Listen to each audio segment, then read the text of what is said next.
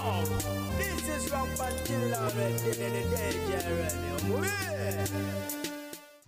Butserevu kawakadde kamawulire go wano ku FFJ the news anchor eranga ngamba nti okola chamanyi nyonyi ddala ha omulungi omwagala najjo sinzira kubanga ate hoje komideko mudakikeno mbanirizaako eranga mbebaza gye mutusizaako engalo holinaku olwalero kansubire nti muli maddadi sana abalungi abagara mwebale commentinga mwebale likinga byonna byonna bye mukola nsima ate namwe abavaayo ne mungola obusobyo obwo bwe mba nkozeemu obutonotono mwebale nnyo mwebalire ddala nti agali awamu gegakola ki gegalumenya meddakikeno gera kubanga atemba tusaako amawulire gafagenda maaso kubanga ate tambula mu ggwanga lya Uganda twongera okubanga ate tubimanya fena twategedde bulungi ebyagenze maaso okubanga ate bigwawo enkya ya leero yes mwana mwalo no Brenda bw'atyo yagenze maaso okubanga ate assa omukagwe ogw'enkomero ne Andray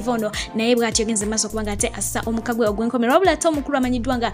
Katumba wamala yatwaliddwa mu ddwaliro era ng'oyo alina obubaka bwe yagenze maaso okubanga ate alekera abafamire ye ng'abagumya bw'etyo enteekateeka ya mukama bweri n'abagumya n'abategeeza nti maama babeere ng'ate naye bamugumya olw'ensonga nti ono yafunye ekikanga ekyamaanyi ddala ku mbeera eyagenze mu maaso kubanga ateeberawo era n'abategeeza nti ye tali bubi ajja kubanga ate abeera bulungi olw'ensonga nti yafunyemu just obukosefu butono waneeno mu bibegabega n'abategeeza nti anytime ajja kuba bulungi era n'asaba mmwe mwenna abaana babasobodde mugende mubeere nga ate muwerekerako omubiri gw'omwana we gummuzibwe emirembe kamukwate omwewumulirireko ate oluvannyuma munange tweyongere mu maaso n'amawulire gaffe.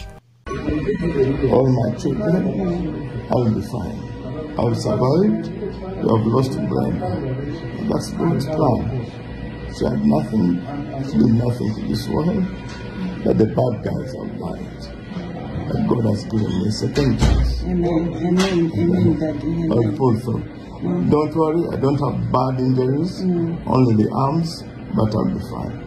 I'm with the doctors, and the doctors are doing everything possible. I love you guys. Please pray for Mommy. Mommy's in a terrible state. Please pray for her and everything. Those who can come, please come. And be buried.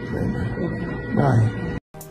Weewaawo wadde nga ebyo bigenzewe bityo eruyi eyo y'omukulu amanyiddwa nga Eddie Mezaya avuddeyo ku nsonga eno yennyini ey'omukulu n'okuba nti yakubiddwa amasasi era ng'agamusanze emmotoka ng'ate ali ne muwala we gwagamba okuba nti ye akuliridde ku maaso ge bw'atyo n'agenda maaso okubanga ate ategeeza abaana bawala mwenna gye muli nti mulekeraawo okubanga ate mwesiba ku bazadde bammwe olw'okuba mugamba maama ne taata banjagala nnyo ne mubeera nga mugaanira mu maka gaabwe ne mugaana okufumbirwa okuba nti balina ssente ng'abategeeza mbu mugende mufumbirwe nti singa mwana muwala ono yali mufumbo nga oba teyeesibye mu maka ga taata we n'asala agende yeetakulire osanga bino tebyandi musanze naye nti buli ssaawa abeera ne taata we jjukira nti mu kulayira ono omwana muwala era still ye yawerekerako kitaawe mu kulayira yali naye wali ku kido kakati noyo Eddie Mezaya bw'atyo bw'ategeezezza nti singa oba oliawo yafuna ebyo ebirala byakola n'abeera nga tatambulira nnyo mu nkwawa za kitaawe yandibadde asurvivinga kino oyo nno akalakatiddwa abamutegedde nabo ne babeera ng'ate bamutegedde ate nga si ye yekka agenze maaso okubanga ayogera ku mbeera ebaddewo bangi bagenze maaso okubanga ate bawa view yaabwe okusinziira ku ndaba yaabwe era nga nno ye avuddeyo n'agamba nti musanyufu nnyo okuba nti omukulu ono tafudde n'agamba naye ate ekyokuba nti muwala waafudde eryo lyesoma Mukama Katonda lyagenze mu maaso okubanga ate amuwa olunaku olwaleero ng'agamba nti kaawulire obulumi obw'abantu abalala bonna bwe bazze bawulira nga bafiirwa abaana baabwe mu struggle kaawulire obulumi abantu bonna be bawambyeko abaabwe bwe bawulira essaawa eno kwegamba nga alinga agamba nti kabeerewo aloze ku ekyo abalala kibali mu kuloza abalaajanidde abaana baabwe abali mu makomera abafudde embeera efaananako bw'etyo tusabire emyoyo gy'abagenzi giwumule emirembe ne Mungu agiramuze ekisa okuddako omwana muwala amanyiddwa nga Evelyn Lagu fena gwe tumanyi obulungi era ng'ono yeyita Evelyn Love yesu olunaku olwaleero bw'atyo ajaganya amazaalibwa ge era nga avuddeyo n'ategeeza nti awezezza egy'obukulu 39 era nga musanyufu okuba nti munange Mukama amwongeddeko omwaka omulala tumwagalize amazaalibwa amalungi ate nga si ye yekka azaaliddwa olunaku olwaleero ne mwana mwenzi amanyiddwa nga MC Katse bw'atyo avuddeyo n'abeera nga ate naye ajaguza amazaalibwa ge wabula nga ate kyewunyisiza bangi ye mukyala amanyiddwa nga Mutoni Fie okuvaayo bw'atyo naye n'amwagaliza amazaalibwa ge amalungi era nga ategeezezza nti munnange wange amazaalibwa amalungi so nno mwena mwenna bazaddwa olunaku olwaleero happy birthday Bamikwano okuddako mu bitundu eby'Nansana yes poliisi egenze maaso okubanga ate egwa ku baana balenzi abagambibwa okuba nti babadde bataddewo embaga emikolo egy'embaga nga beewasa balenzi ku balenzi era nga bano basangiddwa nga bambadde engoye ez'ekikyala balina enviiri ez'abakyala ku mitwe bakola ebintu eby'ekikazi mu bufunze badde bagezaako kubanga ate bakola ebya Sodomu ne Gomora okitegeera bwenjogera bwente ndozobera ontegera bevuga olupanka era nga kigambibwa nti mu kifo kino polisi esanzeewo kondomu ezikozeseddwa ne zitannaba kubanga ate zikozesebwa era nga kigambibwa nti babadde bawera ddala abasajja 44 era nga bano ebayodde bonna bonna ne beera nga ebatwala babeere nga ate munange bawere n'emisango mutambule nga mutunudde buli ayita ogenda mwezi n'obubina ku manina rukwatimi gwe tunula eno nja kusamba omugere gwe nga toguwulire tunula eno gwe wagapo eri omuwanvu unamawo tunula eno mwezi n'obubina mutunula eno mu tunula eno tunula eno tunula eno gwe babazi n'obubina mwabagole mmwe tunula eno gamba nze mugole nja kutema omugere gamba gwenze mugole ganze mugole tunula eno kigambo kitono ekiyinza okuleetera obuzibu tunula eno gwe tunula eno saba obuyinza nkati nze mbulina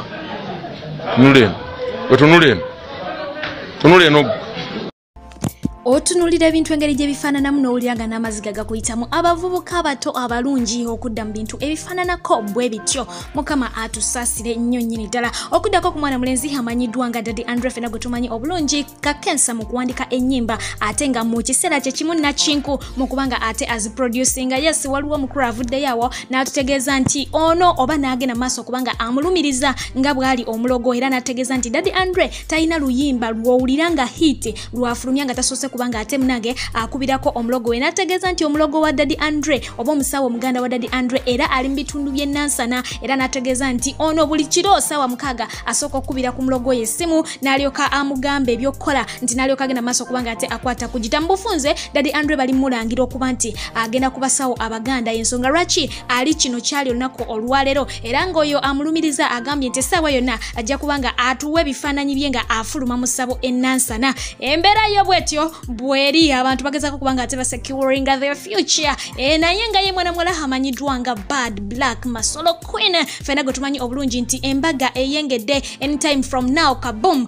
wenjogera agenda kubanga ate alinya n'omwagala amanyiddwa nga Asha Panda beyongere mu ggwanga erya Zanzibar balabe emikolo bagenda okubanga ate bagiteekateeka naye nga amawulire agesanyo agava ku saidi eno kigambibwa mbu mwana muwala ono ali tumbu ate nga tumbu eriyanga toto yes era nga kigambibwa nti luno olubuto lugenda kuba lwakutaano lwa mwana muwala ono kino kigambibwa nnyo nti alina abaana bana naye buli mwana ne kitaawe naye nga ono Daddy agenda okubanga ate atubba embaga eri yennyini mawuuno Bad Black oyo gwolaba naye nga yatugamba nti ayagala abaana 10 so bwana abagendedde ku pesi wete yes ku myaka gye gyaliko kati 32 ng'alina agenda kweza abaana 5 lwanatuukira mwana ndooza nga 10 lyasaba liweddeyo naye nga ate alina ovaka bagenze maaso kubanga ayisaawo nga aweereza basire Queen mwena abaliyo sijja kubalyazamanya kambubawe ate tuyongereyo mu maaso. Hey motherfucker bitches. Everyone on the social media is like, I'm doing well. I'm coming from a rich family. My school was high school with Dona Masagali. Ani asomera mbiwempe. You people, let me tell you, fake life broke your blessings. When I'm like living a fake life has manya slay kings, slay queens, boss ladies. Stop that. You brokerage on your blessings. Show people where you came from so they can help you. Glorify God. God has been good, bitch. Fake life. I grown up there where I've showed you. Abasuuzi kambanjuliredi atika owa atika unisex trends antiona kutusaka emigugu gyo okuva mu ggwanga erya Take okutuuka mu ggwanga erya Uganda oli musuubuzi wa ngoye z'abaana z'abakyala z'abaami omuli empale engatto enkofiira amasuuti ebiteteeyi ensawo saati ne t-shirts wamu ne sharia abikutusako ku bbeeyi ensamusamu ate mu bwangu ddala muweereze ka message ku WhatsApp oba mukubire ku nnamba ye y'essimu +90 0770M20602 yeledi atika owa atika unisex trends okukwanguyiza ku nsonga zo. Yes, awe tuli essaawa eno ku Lady Artica unisex trend tula butunuzi wa grow osobola kubanga te okwasaganya enamba eyo oberenga te munange okwatagana naye aberenga akuyambako bintu ebingeze maso kubanga te menya awamanga okudako mukyala amanyiddwa nga Dorothy Shonga. Yes, mukyala ono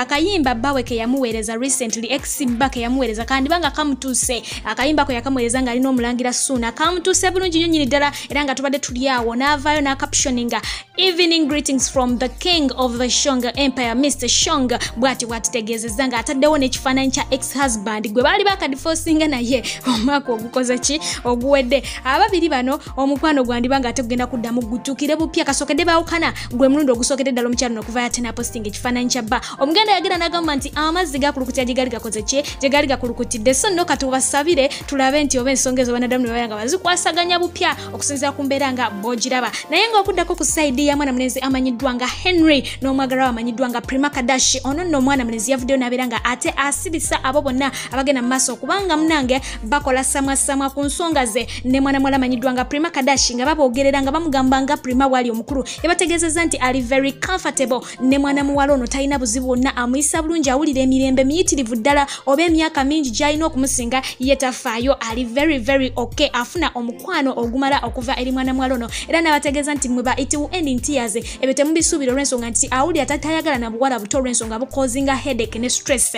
era wano waali yatuuka yamala okwano nayongerako n'okugamba nti ebyokuba nti ex wono ali eyalumwa nabyo tebimukwatako ali very okay olw'ensonga nti yagenda okutandika okwagala Prima Kadashi nga tanava n'amaka ga Jostedi so ffe twagenda okugamba nti tubitegeere nti baba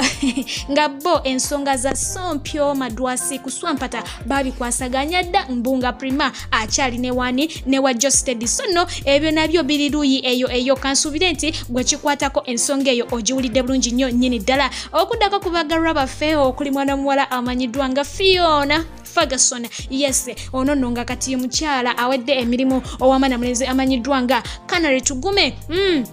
Ababiri bano basooka ne bakwasaganya emikolo gyabwe bulungi nnyo egy'okukyala awo ne tugiraba twali twakagituukaawo wakati. Yes, ne tugenda mu maaso n'okubanga ate tulaba okwanjula naye twali nako tumaliriza. Yes, kaboom twali tunaba kumaliriza kwanjula. Yes, amawulire ne gajja nga gatulaga nti ate Canary yakola bw'ati ate Ferguson yakola bw'ati kwegamba nga waliwo abaagala okubanga munange bakyankalanya kapeeno naye munange bagamba nti omweyogereze takusuza kayanziko. Ababiri bano basigala bakumamu muliro era tebaavaayo kwogera kintu kyonna ku nsonga eyo nga balaga nti balina kye bawulidde naye nga wenjogera ababiri bano munange oluvannyuma lw'emikolo egyo basazeewo okugenda kwewumuzaamu era nga bali mu honeymoon bali mu kunyumirwamu nga bw'okiwulira. Nze nno nali manyi oba munzigyemu amaalo nali manyi honeymoon ebeerawo nga embaga ewedde bakola ne honeymoon after okwanjula ekyo nakyo mujja kukinsomesa nveewo nga nkitegedde naye nga bo bwe batyo baatulaga nti ebigambo tebibalya basigala bagenda mu maaso n'emikolo gyabwe tebalina wadde n'ekimu ekyabatataganya era nga bano omukwano gwe balimu gubasaza mu kabuka kati gwali yampuliriza awuliriza obugambo kamu bubiri busatu bakugambye bawo tumulengedde wali mu bbaala naye nga tebamukubidde na bifaananyi mukuwa nti oba wuuno oba biki n'opakuka n'osiba ebyo n'ogenda nti nze ngenda ate munange tebakugambye ate abikugambye omwensiga okukamala n'okusinga bawo gw'oswa naye mu buliri oba n'okusinga mukazi wo gw'oswa naye mu buliri n'okuba n'ogoba n'ogagenda naawe n'onoba n'okwata ebyo n'ogamba nti kaŋŋende olw'okubanga ate munange bakugambye ebigambo tebikusuuza ki kayanziko. Omukulu ono akusetingidde essomo ne mwana muwala ono nga bwenkunyonyodde oba nga bwenzize mbikuwa babawa olugambo nga buli omu baleese obujulizi kwegamba nga bali bazze kumalawo obufumbo bwabwe nga batulaga nti ababiri bano bakolwa obwenzi mu ngeri emu oba endala naye nga abantu abakulu abamanyi kye baagala. Yes, ndowooza batula ku mmeeza ne beesotinga ne bagenda mu maaso n'ekyo ekisanyusa obulamu bwabwe mu bufunze bo tebasanyusa balala balina kubanga ate beesanyusa bo nga bo ate kasita omanya nti ensobi zikolwa bantu ng'omukwano we guli you push okitegeera ne musigala nga mugenda mu maaso bwentyo mwesobodde okubanga ate nkikwasaganya olunaku olwaleero munzikirize mberekereze atakumira mpeera abankumira ensigadde nze Fifi Jetta News ankanga bulijjo musule bulungi ate nabakubanga osubscribinga subscribe mbaagala nnyo mweraba.